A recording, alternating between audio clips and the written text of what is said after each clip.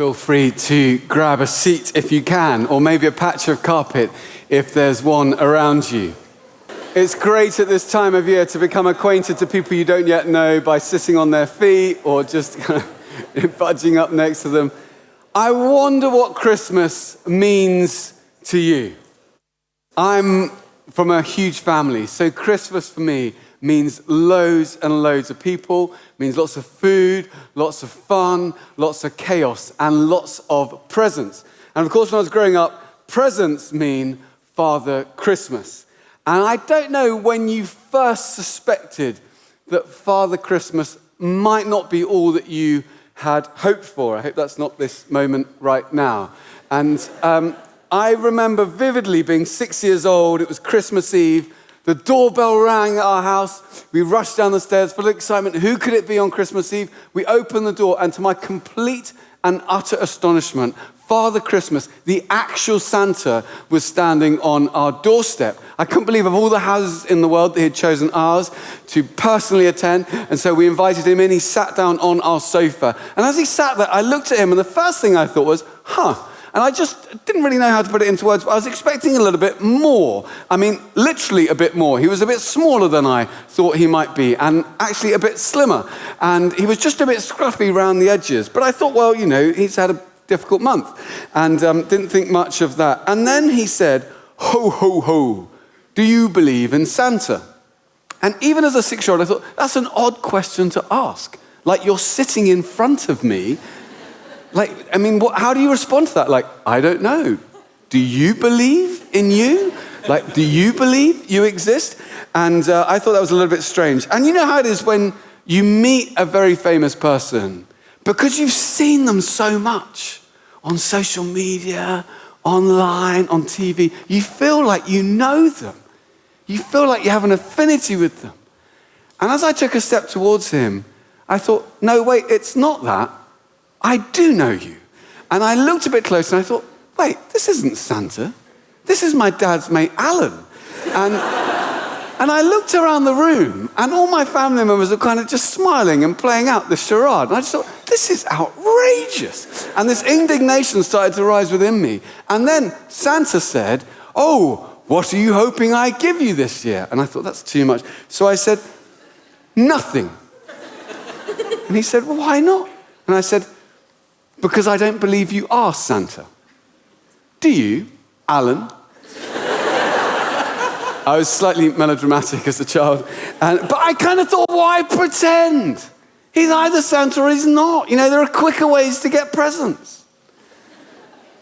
And I wonder if for you, Christmas feels a little bit like that. Away in a manger is nice, a little nativity, but isn't it a bit implausible? Isn't it a bit far-fetched that the story of a baby born 2,000 years ago, 2,000 miles away, in a random corner of the Middle East, might have an impact on my life today?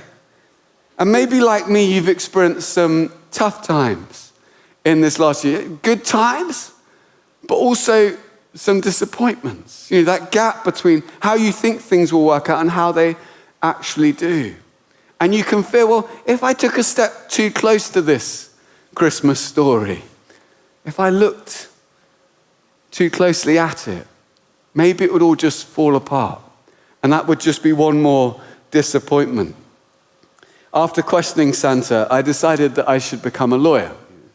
And actually, I worked as a criminal barrister for many years. I defended people accused of criminal offenses. And over the years, I defended hundreds, probably over 1,000 people accused of crimes. And it's great that some of you can have made it out tonight. And every day for years, I was weighing the evidence about the cases, working out the facts about what would happen. And I'd cross-examine witnesses. They'd come into the witness box, they'd hold up a Bible like this, and they'd say, "I swear to tell the truth, the whole truth, and nothing but the truth." And I'd sit there thinking, well, we're going to see about that. And it might surprise you that sometimes they did not tell the truth. But one of the greatest surprises in my life was when I read the eyewitness evidence about the life and the death and the resurrection of Jesus Christ. I realized this is true. This actually happened. I realized that these eyewitness accounts were factual. But in addition to that, they were real, they were authentic. There was a truth about them. People had established a real connection with Jesus, and his real presence with them had transformed their lives. I've been struck over the last couple of weeks how important that real connection is. I was talking with a friend about AI and artificial intelligence, and I'm sure you've read the blog posts and seen all the stuff online. People getting a little bit nervous about it. And there's so much good that AI has brought into our lives. And someone said to me that the impact of AI on our lives is going to be as significant as the introduction of electricity. And already you see its impact. I wake up in the morning, I turn on my laptop. My laptop encourages me at the start of the day. Well done. You're starting early. Good way. I write a few emails. My email server says, good job, you're crunching through them. Keep going. My phone, a little bit like I'm dating as a teenager, sends me mixtapes, like playlists that I think I might like, and they're good. It knows me really well. It's like in all these different areas, it's emerging. But my friend said to me, the thing is, Steve, AI can't feel emotion. It can only feign emotion. It doesn't actually care how you're doing. It can only pretend to care how you're doing. And I was quite struck by this because when you're struggling, I actually don't want a text message from a piece of software to say, are you okay? I'd love a phone call from a friend to check in on me. When I've made a mistake and hurt someone, I don't want my computer to say, don't worry about it, it's not that big a deal. I want the person I've hurt to say, it's okay, I forgive you. And even at his birth, Jesus attracted people who desperately needed a real connection. I used to think that the nativity story was a story about perfect people who had so tidied up their lives, who were so holy and amazing that they had been chosen to gather around this kind of glowing baby. And I thought, well, that's not really how I'm wired. My life's a bit more messy than that. My life's a bit more complicated than that. Maybe you feel like that tonight. Maybe your relationships are a bit more complicated. Maybe your family's a bit more complicated. Maybe you've got a difficult boss. Maybe you are a difficult boss. And you can think, well, I don't really fit in. But at the birth of Jesus, you had people whose lives were complex, who desperately needed grace and truth. You had Mary, so young, so vulnerable, facing all the complexity of having a baby before she was married in a culture where everyone would have had an opinion about that. Everyone would have had an opinion about her. You had Joseph, probably trying to work out how he ended up so far from home, trying to support his fiancée as she gave birth to a baby which wasn't his, hoping, trusting that this baby they would raise together, this baby he had adopted and was trying to craft as a carpenter into a family, might be the one who would enable millions, billions to be adopted as children of God. And then the shepherds, how awkward is this? You're in the delivery suite and then a bunch of randoms just pitch up. They're not even invited. Hi, we've never met before, but we just thought we'd come and hang out. How's it going? Well, we've just had a baby in difficult circumstances. What's your name? Why do you smell? I actually have a real affinity with the shepherds. I once played a shepherd in a school nativity play. There were 3 shepherds. I was the second shepherd, which, as I'm sure you know, is quite an important role. And what we had to do in the play was we had to bring gifts and give them to the baby Jesus. And so the first shepherd came on and had to bend down and give the gift of an actual sheep to the baby Jesus. And that's a very generous present, fair's fair, but it's completely impractical. What is he going to do? Ride it? It's like, so that was the first shepherd, and then I, the second shepherd, I had to come and give him my cloak, which is generous and practical. So he was nice and warm, the baby Jesus, nice little blanket for him. And then the third shepherd turned up, and he didn't actually have a gift at all, but he had to say, I have nothing to give you, but I give you my heart. And that's a pretty good line. That's a pretty good line. Anyway, so the big night came, and we all came out, the 3 shepherds, and the first shepherd came and gave his sheep to the baby Jesus. And then I stepped forward to give my cloak to the baby Jesus. And I realized in all the excitement of the big night, I'd left my cloak backstage. And I looked down at the baby Jesus. I looked out at the audience. I looked back at the third shepherd. I looked down at the baby Jesus and I said, I have nothing to give you, but I give you my heart. The look of hurt and betrayal on the face of the third shepherd. He stepped forward and said, I have nothing to give you, but I give you my heart. I like to think he's forgiven me now, all these years later, but I'm not sure. You see, I need forgiveness. I make mistakes. I mess up. I let other people down. I let myself down. I let God down.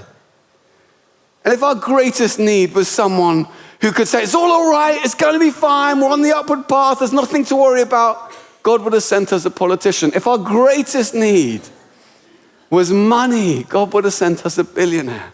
But our greatest need was forgiveness. And so God sent us a savior. The name Jesus means the Lord saves. I was listening this week to Jacob Collier's and Shawn Mendes's new track. And on it, there's a few bars from Stormzy, which I love. He says this, have mercy on them, Lord.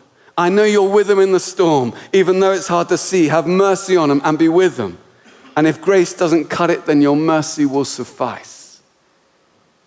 I think he sums up in just a few words, a deep need at the heart of the human condition. That we know on some level we're not supposed to do this thing called life on our own. And we need help.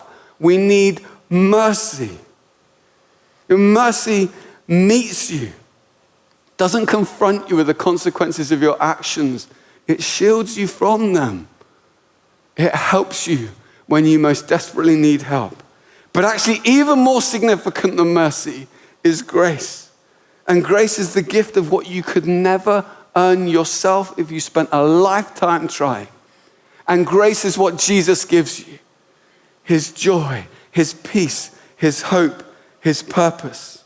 You see, I realized that the very things I thought kept me from Jesus, meant I couldn't go anywhere near Jesus, meant I didn't belong with Jesus, were the very reason that he had come close to me. Jesus knows you to the bottom of your soul. All of the good, all that you're proud of, all you push to the surface and try and impress people with, all of the bad, all you're ashamed of and try and bury and hide. He knows you to the bottom of your soul, and yet he loves you to the sky. And he came, yes, as a baby. And he grew up and he died on a cross for you. And he rose again for you so that you might know forgiveness and freedom, and you might be able to approach God as a child of God, a much-loved daughter, a much-loved son. You see, it might not look like much, this baby, so tiny, so vulnerable. I wish I could show you the difference Jesus makes to your life. I wish I could describe how amazing he is, how he spoke words that are so powerful, they still transform people's lives today. They still set people free today.